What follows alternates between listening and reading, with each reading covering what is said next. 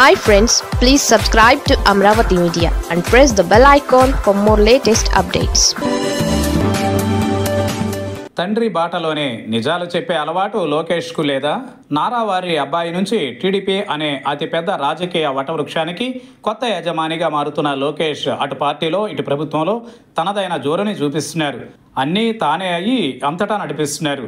అడుగు దూరంలో ముఖ్యమంత్రి సీటుకు ఉన్నారని అనుకూల మీడియాతో సహా వంది మాగధులు అంతా వంతపాడుతున్న వేళ వెయిటింగ్ చీఫ్ మినిస్టర్ ట్యాగ్తో ఏపీ రాజకీయాలలో అలరారుతున్న ఈ యువ రాజకీయ కెరటం తనదైన పొలిటికల్ ట్రెండ్ సెట్ చేయడం అంటే కేవలం ప్రకటనలు చేసి ఊరుకోవడమేనా అన్న చర్చ సాగుతోంది.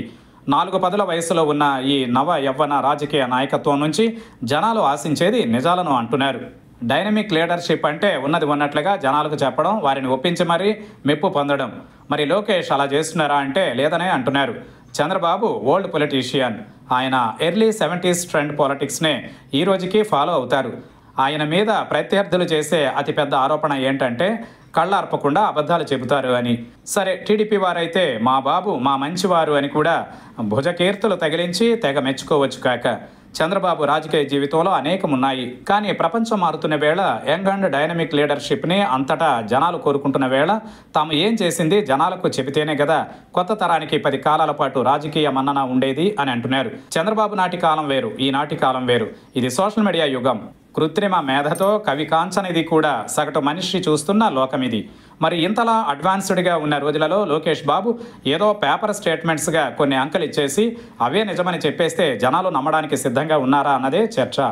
మరో 4 దశాబ్దాల పాటు రాజకీయం చేస్తానని పట్టుబట్టి వచ్చిన లోకేష్ తన రాజకీయ పంధాను మార్చుకోవాలి కదా అని అంటున్నారు. ఆయన యువనేత, చాలా ఆయన నుంచి జనాలు ఆశిస్తారు. అందుకే ప్రపంచానికి నిజాలు చెప్పు లోకేష్ అని అంతా అంటున్నారు. ఇదేదో ప్రత్యర్థి పార్టీ వైసీపీకి బదులు చెప్పినట్లు కాదు, అలా అనుకోకూడదు కూడా. వైసీపీకి చెప్పినా చెప్పకపోయినా జనాలకు మాత్రం ఖచ్చితంగా నిజాలే చెప్పాలని అంటున్నారు. కానీ లోకేష్ నోటి నుంచి భారీ స్టేట్మెంట్స్ వస్తున్నాయి. భారీ అంకెలతో ఆయన బోల్తా కొట్టించాలని చూస్తున్నారని విమర్శలు వస్తున్నాయి. తాజాగా మంత్రి లోకేష్ ప్రకటనలు చూస్తే అదే అనిపిస్తోంది అంటున్నారు. కేవలం 11 నెలల వ్యవధిలో 9.20 లక్షల కోట్ల పెట్టుబడులు ఏపీకి వచ్చాయని మంత్రి లోకేష్ అంటున్నారు. అంతేకాదు 8.5 లక్షల ఉద్యోగాల కల్పన వీటి వల్ల సాధ్యపడుతుందని చెబుతున్నారు. ఇక ఎంటీసీపీ, రిలయన్స్, టాటా పవర్ వంటి సంస్థలతో పరిశ్రమల వారీగా ఈడీబీలో ప్రాజెక్టు మానిటరింగ్ యూనిట్లను ఏర్పాటు చేయాలని అధికారులకు సూచించామని చెబుతున్నారు.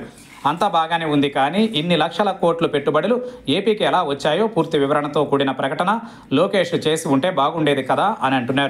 ఆయన చెప్పినట్లుగానే 9.20 లక్షల కోట్ల పెట్టుబడులు ఏపీకి వస్తే చాలా సంతోషమే. కానీ అదంతా కలిపి గంపగుత్తుగా ఒక భారీ నెంబర్గా చెప్పడం కంటే పరిశ్రమల వారీగా ఎన్ని కోట్లు ఎవరు పెట్టుబడి పెడుతున్నారు, ఎప్పుడు ఒప్పందం కుదిరింది, దానికి ప్రభుత్వం ఎంత వారికి రాయితీలు ఇస్తోంది అన్నది కూడా ఆయన వివరించాలి కదా అని అంటున్నారు. అంతేకాదు ఆయా పరిశ్రమలు గ్రౌండింగ్ అయ్యేది ఎప్పుడు, దానికి డెడ్ లైన్ ప్రభుత్వం పెట్టిందా లేదా అన్నది కూడా జనాలకు లోకేష్ వివరిస్తే బాగుంటుంది కదా అని అంటున్నారు.